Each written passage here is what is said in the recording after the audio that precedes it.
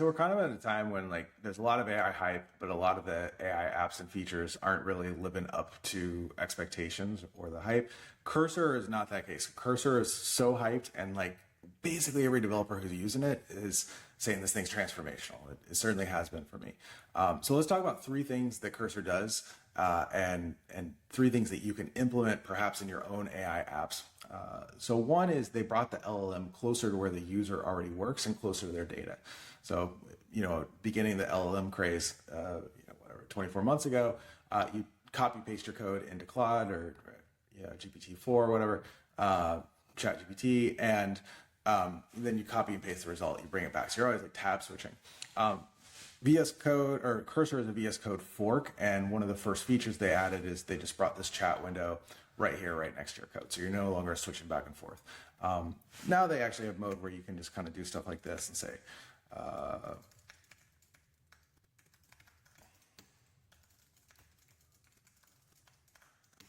we'll say like 20 by 20 grid.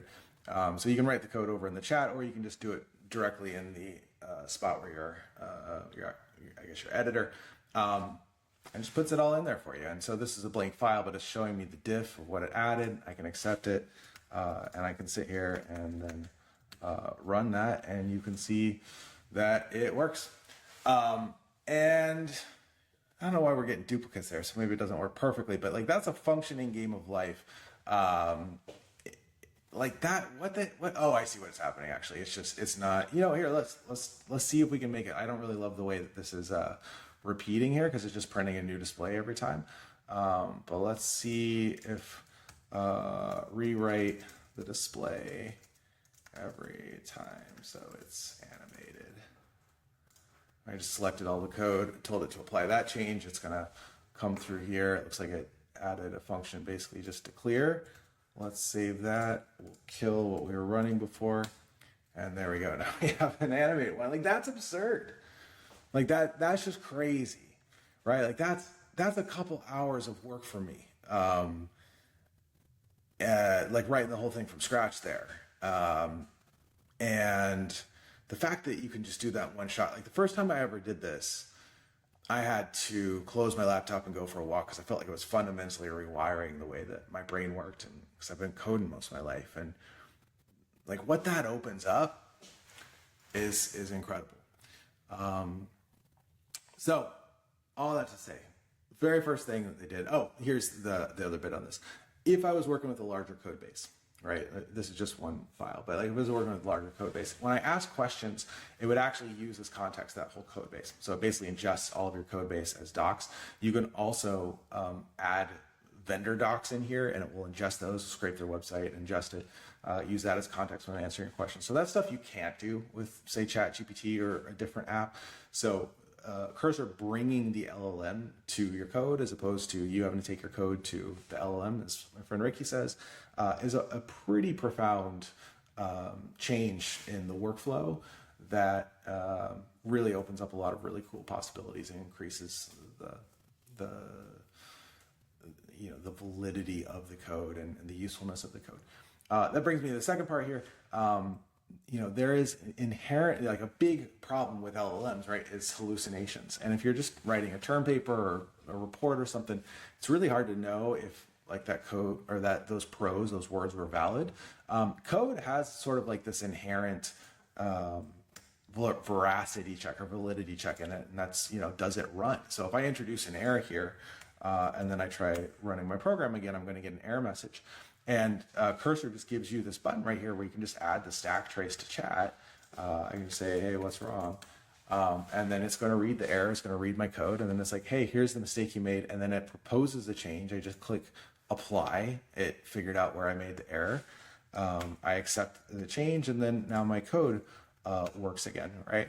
And so this, if you're just doing going back and forth between an interface, you got to manually copy and paste that. But there is something inherent here in coding where when it's not valid, you get the error, and then you can use the LLM to debug the error, and it's pretty good at that.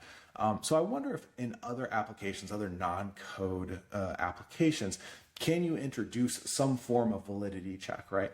and whether that's you perhaps even using like LLM as a judge, in a second process, say like, hey, does this make sense? And so you want to have some sort of validity check, and then if you do have that, you can then pass that back in, use the LLM to sort of self-correct. The third thing that it's perhaps a little obvious, but it's just worth pointing out here.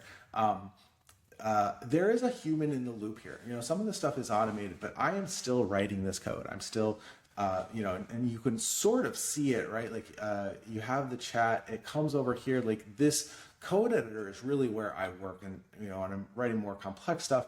Often I'm writing lines by hand, and I'm asking it to augment code those lines. But it's not always just like, hey, like writing a couple sentences, then it does all the code.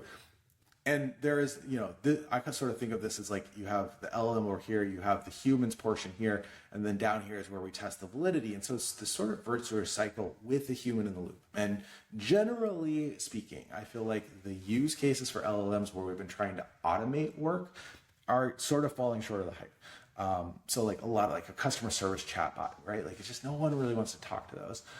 But in the spots where we're using an LLM to augment the workflow of a human doing their job, I think that's where we're seeing like some of the really, really cool stuff, because the pairing of the LLM plus the human overcomes some of like the inherent weaknesses of the LLM. So those are the three things I think you can all learn if you're building AI apps for your users. Those are the three things you can learn from the popularity of Cursor.